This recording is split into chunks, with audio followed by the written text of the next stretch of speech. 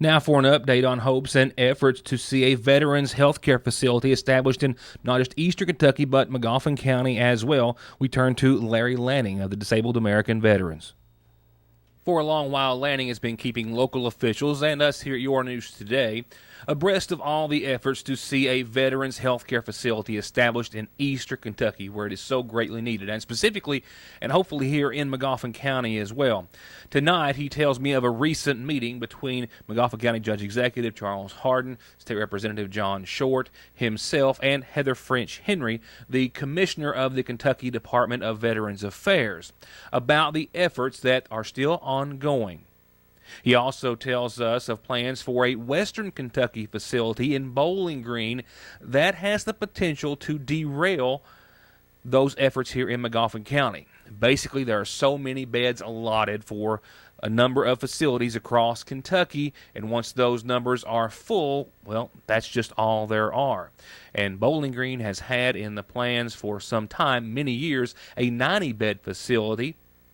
If that facility were to be established there, well, actually another 47 beds or so would just be lost. If they can, however, convince those powers that be to instead put one in eastern Kentucky, where Lanning says it is needed much more greatly, they could have more than a 90-bed facility. We know that in the plans that they got a 90-bed state veterans home in the process to go to Bowling Green. If it goes to Bowling Green, that'd be a tragedy for our veterans because we'll lose 47 beds. And I'll tell you why I think we can stop that with our representatives and senators. Like I said, 47 bed loss. If you look at the map, you can see it here. We got 3 right now. Once you get Radcliffe done, it's 120 bed. So that'd be a total, once they get it completed, we'll have 4. And that'd be 681 beds. Started out, we had 818. That was allocation for the state of Kentucky, based on the number of veterans. So we think that if you look right now, Radcliffe, Hanson, Wilmore, we've got 3 that's west of I-75. That supports about 180,000 plus veterans. If you look down here, we've got 1 east of I-75 in Hazard, 120 bed, which represents about 160,000 plus vets. So those things in mind, we've sent out information to our representative senators up here in eastern Kentucky to vote no on it. It may not come out of the budget, but in case it does, that's our main goal. We got a couple of missions here. One is to stop it from going to Bowling Green so we can regroup, and if we can accomplish that, which I think we can, our senior citizens over here, they're calling to gain that support. And right now in the process too, like I said, we've got 2 missions. Our other mission is Representative John Short is working on a resolution to let the Kentucky Department of Veterans Affairs know what our desires are. We want a 137-bed state veterans home built right here in Magoffin County. And I think once we get that started, because they meet in January. So he's working on that now, so hopefully we'll be successful in that because getting a lot of support for that. Reason why, like I said, we feel that it'll come this direction. If you notice right here in Magoffin County, we're pretty much centrally located up here. And we got the new parkway coming in for expansion. That's going to be easy access for veterans' families. Thing about a veterans nursing home, a little different than your local. You got veterans coming from all over the state. So families going to be coming up to visit their veterans, so they're going to need a place to stay. If you notice too, we're right in the middle of 2 major VA medical centers. One's about 100 miles up in Huntington, and then we're about 100 miles from Lexington to support it. And then we got our VA clinic out there in Prestonsburg. There's a lot of pluses. And then, like I said, 2014, the judge and the physical court, they passed that resolution that if the state would put it here in Magoffin, they've got the land for it. That's a major plus to bring it in this direction. And economically, Magoffin's probably been one of the hardest hit counties in the state when it's come to loss of jobs and employment. Of course, you know, we just lost another major employer, Joy Mining, or Continental Belt, 30 October. So a 137-bed state veterans home would bring in 100 plus jobs. So it'd be a plus for the region economically, for our veterans up in the eastern part of the state. So that's where we're pretty much at. Like I said, the biggest thing right now is stop the one going to the bowling green if it heads that direction. I talked to the governor, got a chance to talk to him during the inauguration, send him the same information so that, I mean, the more people knows what's going on, could ask the questions. We just want to be in that conversation. And we think if we get in a conversation on when they're going to build it and where, that we got a good chance to land it right here. So that's pretty much where we're at right now. So the purpose of this interview was to get you up to date on all those efforts and also to let you know that you can have a voice and some input and maybe some words of encouragement. They have compiled a list of about 60 different phone numbers to our legislators, state and locally and elsewhere, and other individuals who, would be motivated, hopefully, by the more phone calls they received. We'll be posting that list of numbers on our website and on the internet very soon, and I'll make those accessible to you in some form or fashion, as many as possible, in hopes that you can maybe pick up the phone, dial your representative, your legislator, and let them know that those are your wishes, if they are. You can also find that list in the McGoffin County Senior Citizen Center in their facility down at the Lloyd M. Hall Community Center in Sagersville. Of course, they're open, 5 days a week, easily accessible there. And there's also maybe some information that you can find while you're there as well. So that is the situation as of now. Fingers crossed, and certainly some good efforts by Mr. Lanning and all those thus far that we hope will be fruitful in the future. I'll be right back after these messages. I'll take you to the scene of a structure fire in McGoffin County where a family is very, very lucky to have escaped last night after they were awakened by an overnight blaze. And we'll tell you how it started and give you all the details we can in just a moment. Right now, from the Johnson County Sheriff's Department, that's not what you might assume it is on the outside. It is a good old-fashioned mason jar, but they received a tip of a possible crystal meth trafficking situation at 78 Kentucky Route 302 in West Van Leer, and deputies Byron Fairchild and Justin Webb with the Johnson County SO went to the scene along with Sheriff Dwayne Price. And once there, they interviewed some individuals and conducted some surveillance in the area, and they discovered a 52-year-old William J. Gwynn staying in the home in question. The homeowner was contacted, and he advised the home was vacant to his knowledge, and no one should be living there. The officers went inside, discovered bags containing what appeared to be methamphetamine. They also located 6 bottles, you see here, containing the remnants of other meth labs, as well as several meth precursors. Gwynn reportedly admitted to the Johnson County Sheriff's Department he had stayed inside the vacant house, and items with his name on them were also found inside to further give evidence to the case.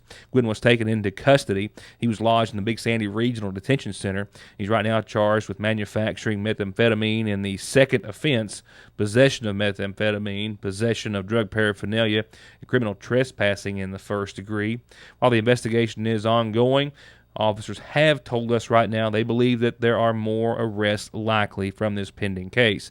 If you have any information about any illegal activity, they're inviting you to always feel free and comfortable in calling the Johnson County Sheriff's Department at 789-3411. And again, a reminder from Sheriff Price and his department, they need your information, not your name.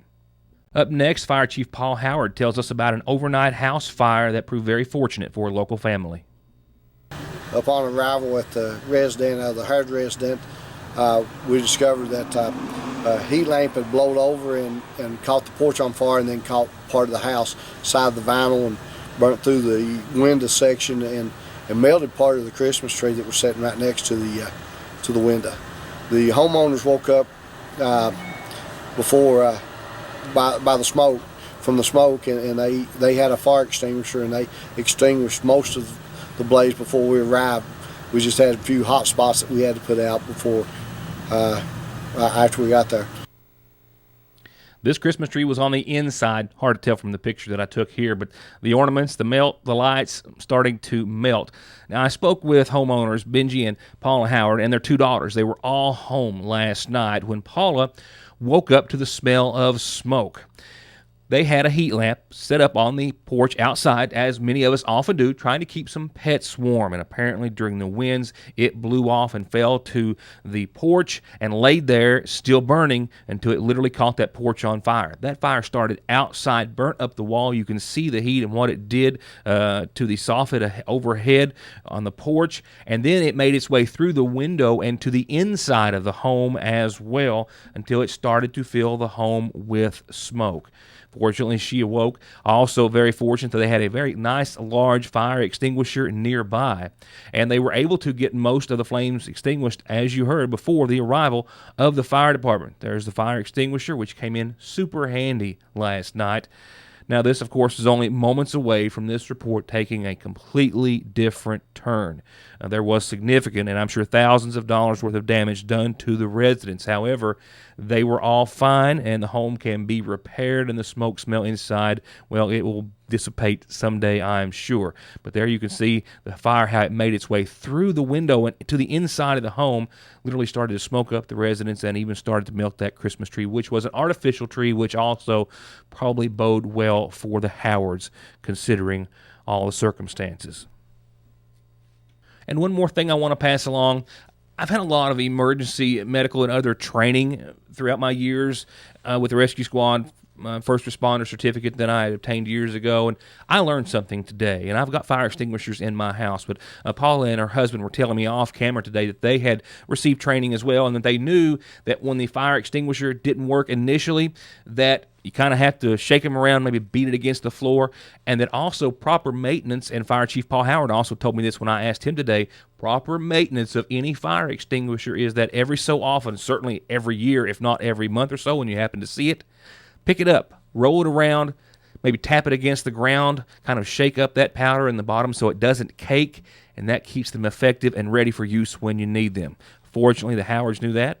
I'm glad I do now, and glad this story turned out in the manner it did. The Christmas presents, by the way, under the tree, you'll know, were wrapped and they think salvageable, so hopefully after some repairs they'll be able to spend Christmas in their home. And the pets were also not injured. A few reminders on your McGoffin Farm Bureau community calendar tonight. The Country Ham Project is a killer idea. Sign up by this coming Tuesday the 22nd at the Extension office, and for $40 they give you the ham, and over the course of the year you'll have 2 or 3 meetings along the way learning about the process, the history, the science of curing hams, at the end of which you'll have your own cured ham. Great for the family, great for anyone who might be interested in a really great idea. Call 349-3216. They need you to register by next Tuesday at the McGoffin County Extension office. A reminder, the next McGoffin County Cancer Support Group meeting is coming up this Thursday, 6 o'clock in the Lloyd M. Hall Community Center. It's back in the back where the daycare center is. All cancer survivors invited and encouraged to attend. Don't forget about the Christmas Gala this Friday, 7 o'clock, hosted by members of the McGoffin County Cattle Association. They're going to have entertainment from the North McGoffin and McGoffin County High School Christmas Choir. They're going to have some kids to serve you. It's a wonderfully prepared turkey dinner with all the fixings, cobbler and ice cream as well, and all the proceeds from this dinner will go to funding a scholarship for a graduating senior. FFA students are also going to serve you. Great idea, great evening. Join them this Friday. Don't forget about the Christmas program at the Emmanuel Baptist Church this Sunday at 6. They're on Pleasant Hill, and it will be Sunday at 6 for their annual Christmas program. They always have a large crowd. Hope that you will join them in celebrating the real reason for the season. Speaking of which, a gift for Santa is going to be presented at New Life Worship Center on Rock House Road this Saturday at 6. Come and join them for their special presentation for the most special time of the year. That's this Saturday, 6 o'clock. And join our calendar. If you've got a birthday, anniversary, or other announcement, please let us tell everyone about it. You can get it to us any way here you see, or you can always drop them off at the studio. And remember, you can always catch programming on our website the following day. If you want to see it again, you might have missed it the first time. It's yournewstoday.com. Very close to our email, which is yournewstoday@yahoo.com. I'm on Facebook at Ritter Mortimer. Any way you can get the announcement to us or get us a news tip, let us know. Now for a, we'll say, condensed version of your Licking Valley RECC powered forecast. We'll see 37 degrees tonight, mostly cloudy skies as well. Well, increasing clouds, we should say. We'll also see some patchy, dense fog, mainly after 1, and that area, or those areas of fog, will continue to linger up until around 9-10 in the morning or so keep that in mind. It will reduce visibility greatly. Tomorrow, we'll see pretty much cloudy through mid-morning. I think we're going to clear tomorrow. We'll see some sunshine here and there towards the latter part of the afternoon and evening, early evening, a high of 65 and a low of 49, a bit of a break in between because we've got a cold front coming. That's going to give us some gusty showers. Those will start to roll in Wednesday night. Precipitation amounts right now maybe 1/4 of an inch pretty much for Wednesday for most everyone. But those showers continuing into your Thursday, mainly before 2 o'clock right now is the window that I have.